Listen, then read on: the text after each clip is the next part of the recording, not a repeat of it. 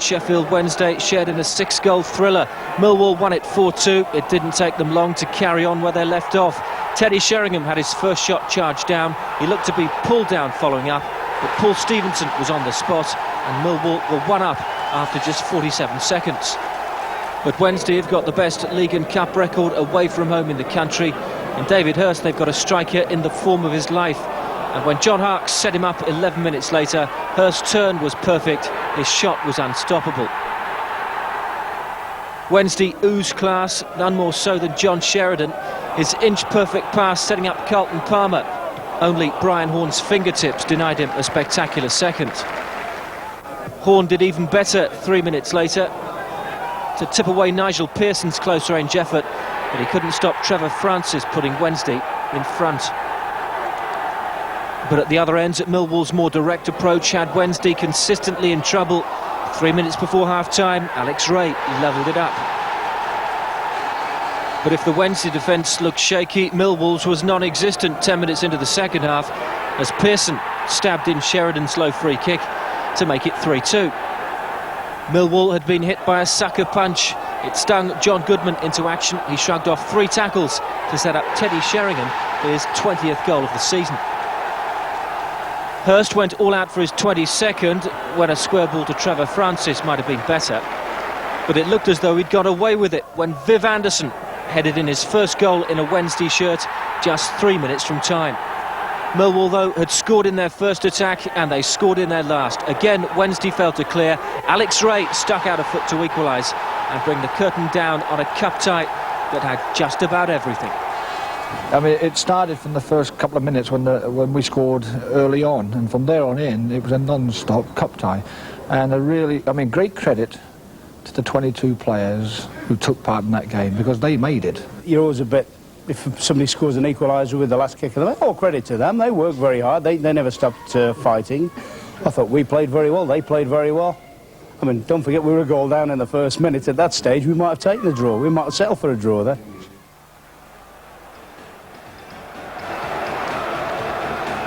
2,000 West Ham fans made the trip from East London to Kenilworth Road, but early on it was First Division Luton who made the running. Number 7 Lars Elstrup's shot is charged down, and though David Priest does well to set him up again, the overworked West Ham defence survives.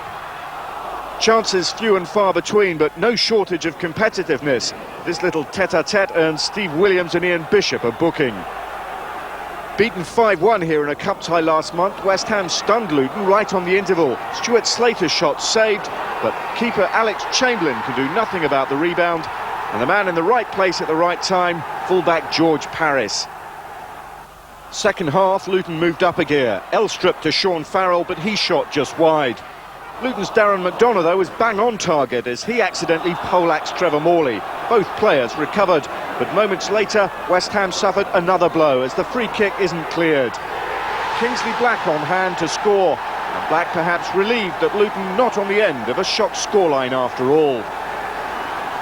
Still, West Ham could have won it 2 minutes into injury time, and Frank McAvenny's header cleared off the line by substitute Jason Rees. Frantic stuff at the end as Slater shot straight at the keeper, but all square it finished, and the replay at Upton Park on Wednesday. Final score, Luton 1, West Ham 1.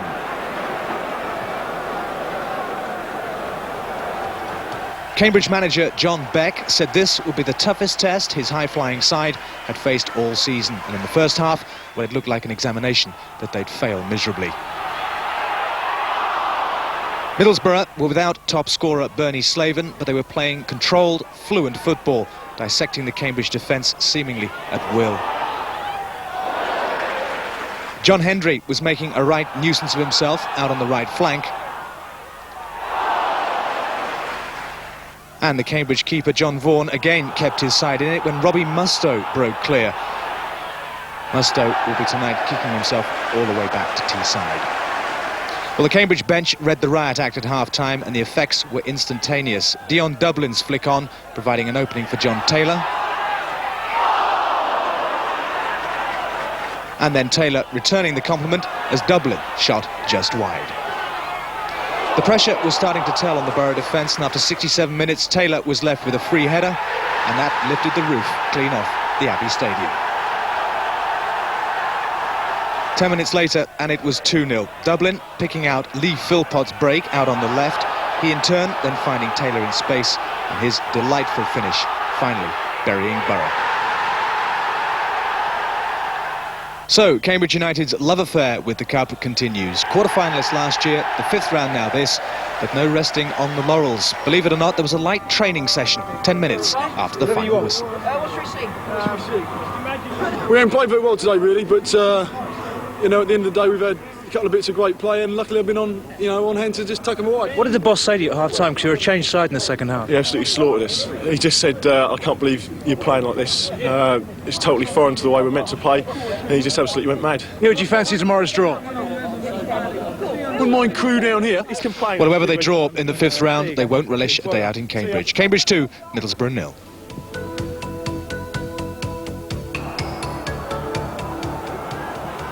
After a shaky start to the new year, Kenny Dalglish said he wanted more passion and commitment from his players. Early in the second half, there was no questioning Ian Rush's cup appetite.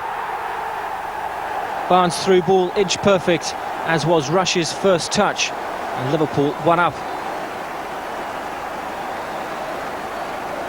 Within seconds, Brighton, outclassed for much of the first half, could have levelled it. Mark Barham denied by Bruce Grobbelaar at his acrobatic best. And with Rush at his attacking best, a minute later, Liverpool looked in command. The Welsh international started the move, and when Barry Venison continued it, Rush timed his run to perfection for his 18th goal of the season.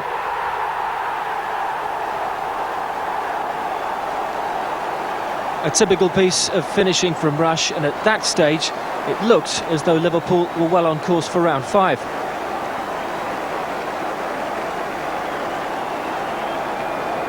Brighton were down, but not out. They needed a break, and 17 minutes from time, they got it. Small's flick on, Steve Staunton pulled down Paul McCarthy, and the referee pointed to the spot. Mike Small's penalty kick wasn't his best, but it was good enough to beat Grobbelaar.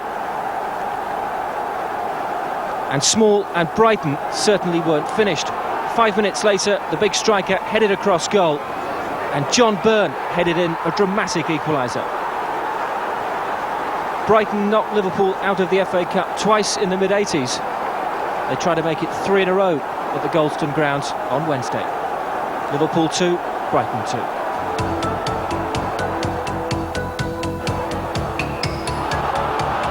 Last year they won the Cup playing away. This year they've been drawn at home, but Manchester United looked far from convincing against an enterprising Bolton side. Storer setting up Phyllis Kirk early on, but Seeley responding with a point-blank save.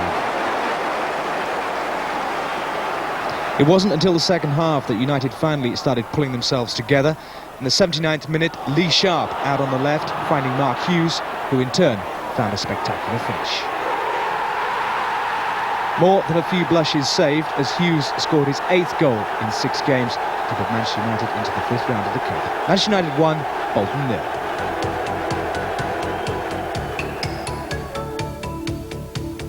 Not the best-tempered of cup ties at Carrow Road as First Division Norwich tackled Second Division Swindon. In fact, this tackle by Nesta Lorenzo after just 23 minutes rather set the tone. The referee deciding that was a professional foul, and Lorenzo receiving his marching orders. Swindon then down to 10 men, but after 50 minutes they actually took the lead. Steve White outpacing Ian Butterworth and scoring with some aplomb. 7 minutes later, though, and 10 men became 9. John Gittings involved in an ugly clash with Norwich's Robert Fleck.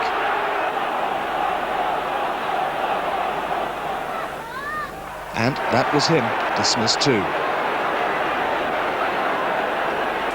Not surprisingly, that rather knocked the stuffing out of Swindon. A sloppy save from Freya Digby, allowing Dale Gordon to equalise with some panache after 63 minutes.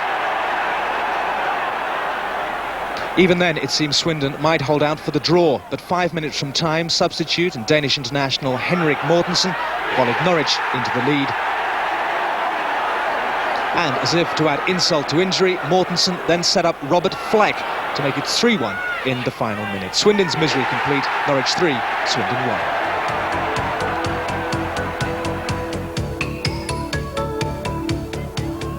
1. The South Coast derby between Portsmouth and Bournemouth was goalless until Pompey's Colin Clark stepped in just before half-time to give his side the lead.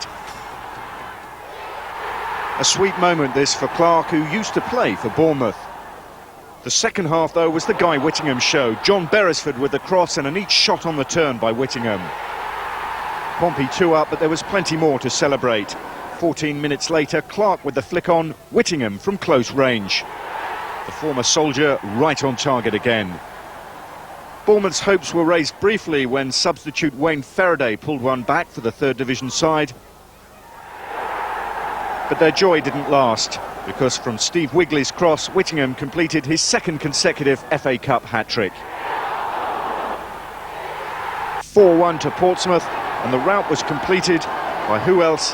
That man Whittingham, capping a 40-yard run with a fine shot to leave Jerry Payton stranded. So 7 goals for Whittingham in 2 games in this year's Cup campaign. Portsmouth 5, Bournemouth 1.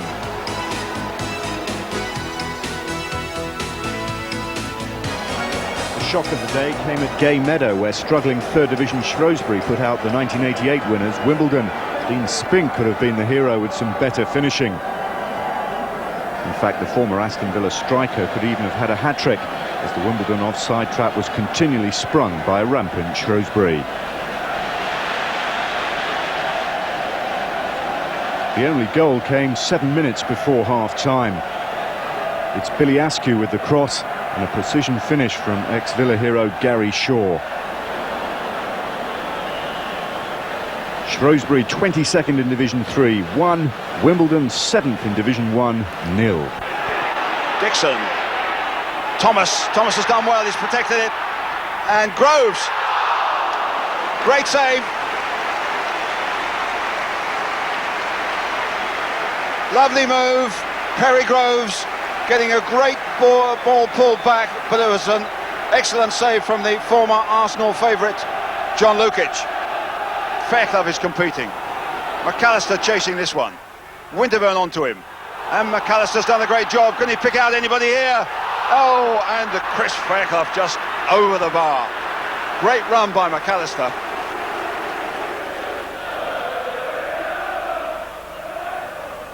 Sterland. Beautifully hit. Difficult to tell from this angle how close that was.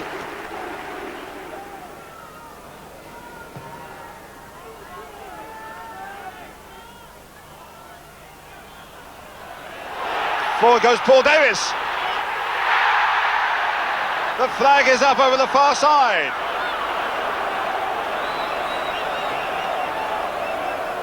Yeah, the flag's up, and this is the type of run though it takes, and you can see he's not offside. The linesman has got it wrong, Jerry. That should have stood. It's a late run from Paul Davis. He timed it to perfection, and it looks to me from that as if Arsenal have been robbed. It's a useful ball to Chapman. Bowled behind him. He's got support from Strachan. Strachan could cross it. It's a good one. And Pearson couldn't quite get there. McAllister! What a brilliant save from David Seaman. Well, we see it here, and Chapman holds it up very well.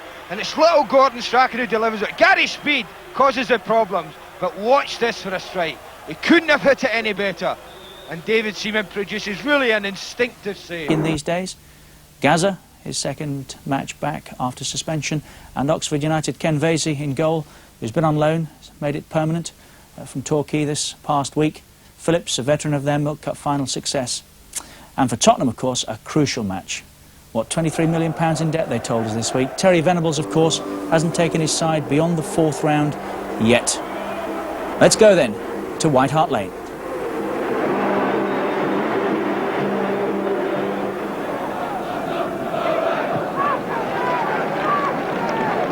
Robinson's throw is Foyle. Nogan's gone in behind him. Here he is. Good effort. And a fine save from Eric Torstved, who got Tottenham out of a hole there. Nogan got clear, struck it well. Fine save.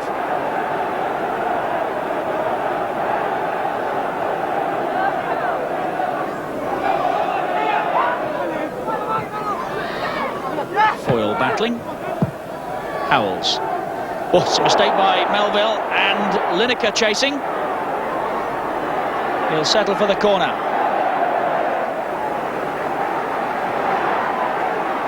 "13 goals so far this season, Gary Lineker. Hasn't scored in the FA Cup, actually, since scoring for Everton in the '86 final against Liverpool.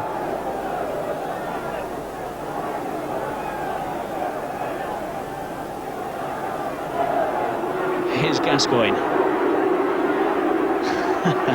Full of tricks, nicely done.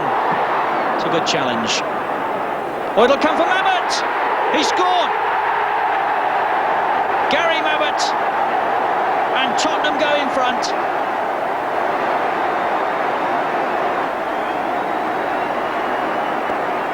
Created by Gascoigne and Gary Lineker. Spurs certainly got the rub of the green. But they lead.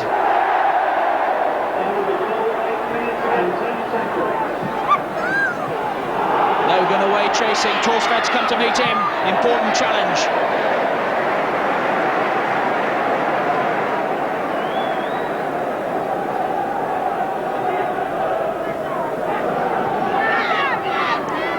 Robinson again. Darlin's offside. In a rich vein of goal-scoring form at the moment, John Durnin. He wouldn't mind one now, I'm sure.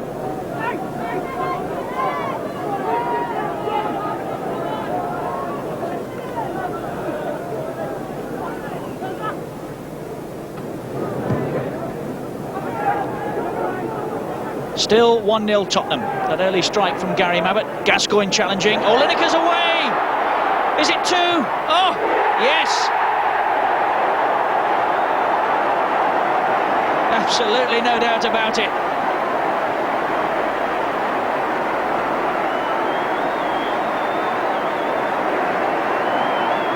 Well, if you give Gary Lineker that sort of room, he'll punish you. Gascoigne again involved. Foster, I think it was, playing Lineker onside. Oof, how about that?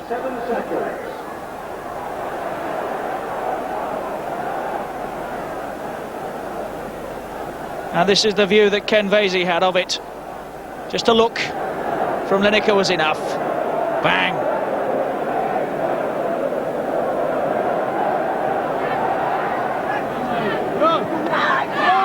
Robinson did well. Here's Les Phillips. Foster forward. Phillips again. This is nice stuff.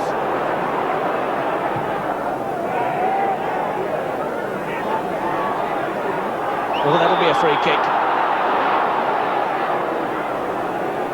Not sure why Howells was protesting. Nogan it was he caught. Now a chance for Oxford to shape something from the free kick. Situation actually that Gazza would like. He's in the middle of the wall there.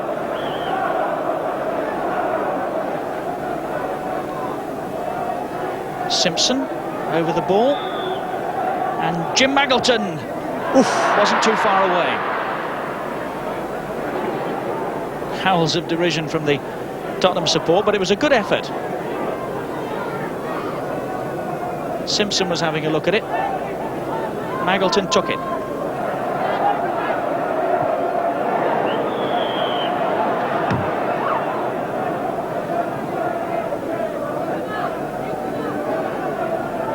Naeem penalised.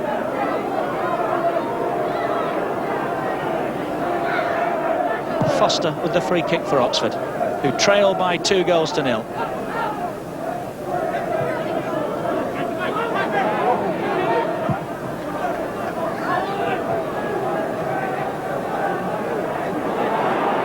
Phillips in 2 and then out of trouble. He's done well. Oh, Foyle's in! 2-1. Nicely done.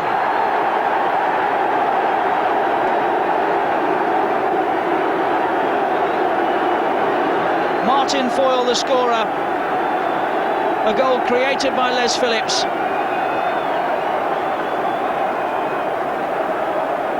They let him loose there. Howells lost him. And that's 2-1.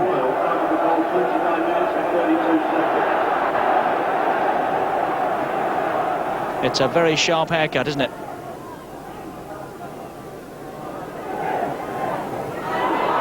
In sharp contrast to Walsh's, who's away again.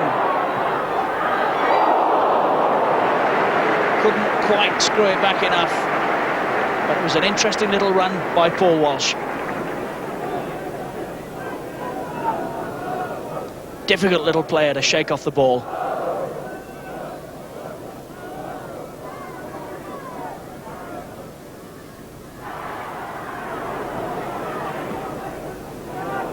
Here come Tottenham again. Stewart. Here's Paul Allen.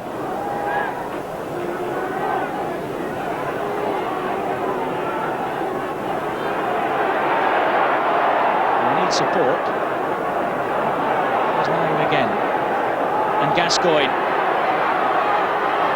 Oh, this is a marvellous run. Had no right, Paul Gascoigne, to get through there. But typical of him.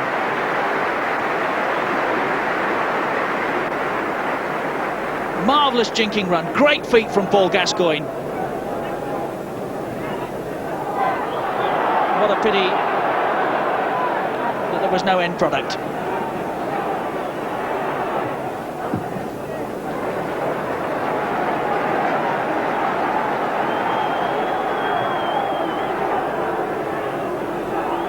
Naim with the kick for Tottenham. Howells was the target. Lineker off the bar.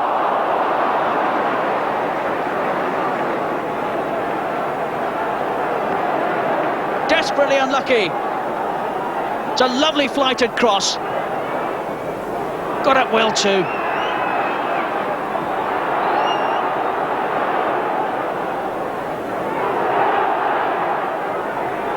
Nogan, who's been a thorn in Tottenham's side right from the start.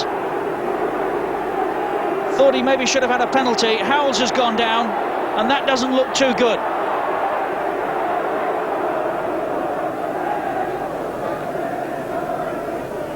Well, obvious concern from Terry Venables.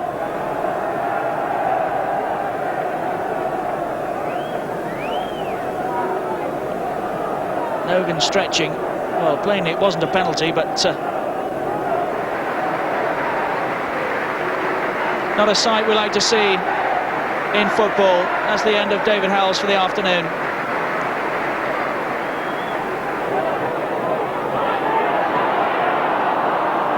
Steve Sedgley.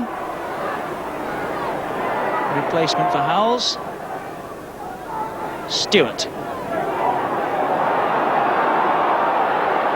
Well, nowhere to go at the moment. Naim. Allen.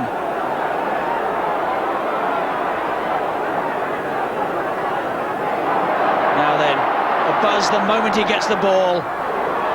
Gascoigne on another of those runs. Oh, I say, world class.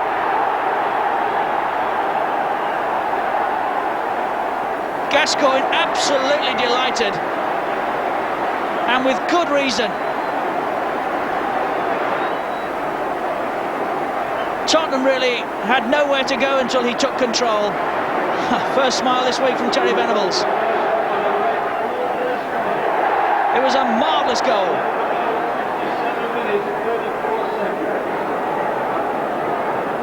He'd posted warning really in the first half with a run not dissimilar to this. Well, he had no right, did he? Again.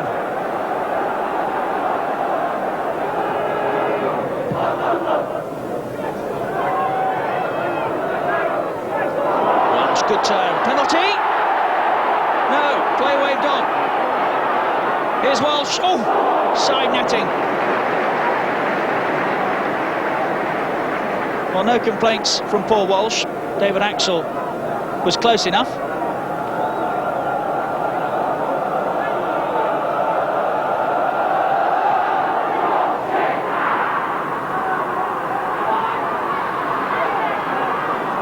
sense that Oxford aren't finished yet. Simpson. Durnin in there, his foil, 3-2! And no more than they deserve. They've been prepared to play football all afternoon. Another very well-crafted goal. And Martin Foyle gets his second of the afternoon. So it isn't won yet by Tottenham.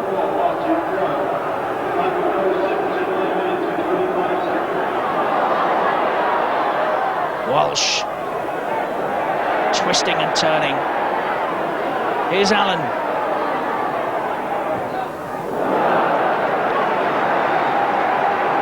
Another corner for Tottenham.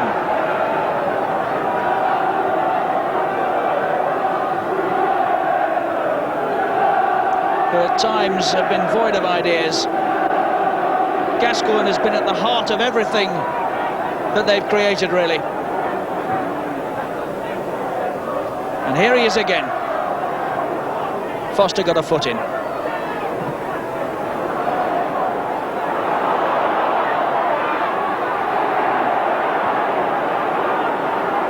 Oh, Finnick read that well. Allen.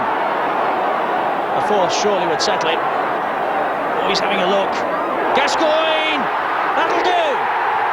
2 for Paul Gascoigne. 4 for Tottenham, who are there now, surely.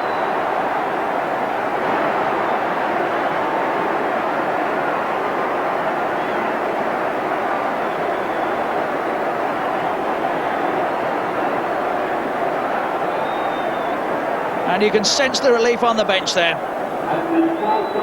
Allen was trying to work the space for a shot. Thought about it twice.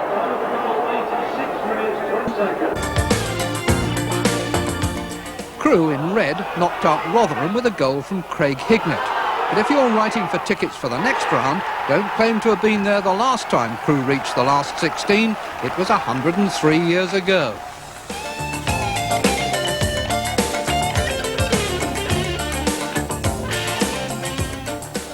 This week's tactical substitution prize goes to Manchester City.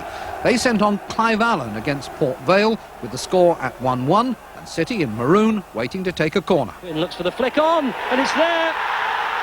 Well, as a substitute, ever had more impact? It's his first touch of the ball. He's just come on, and Peter Reid got it dead right.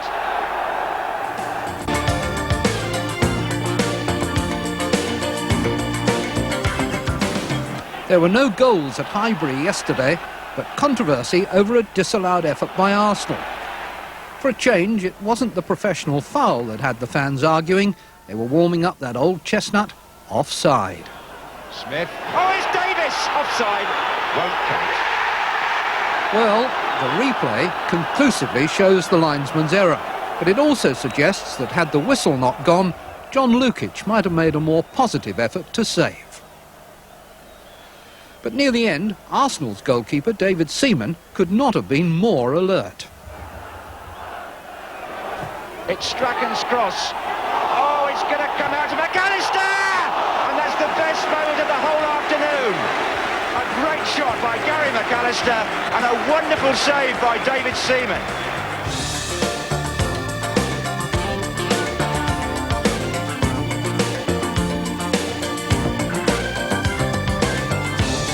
Meanwhile, Woking took their dreams to Goodison Park and preserved them for a glorious hour against Everton, who are in blue. Cotty. Beautiful ball in. Sharp. Sheedy!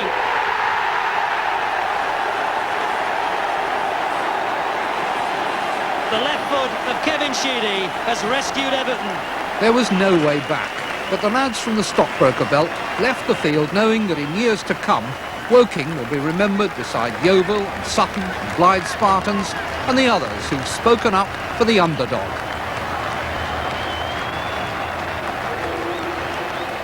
Well, super action over.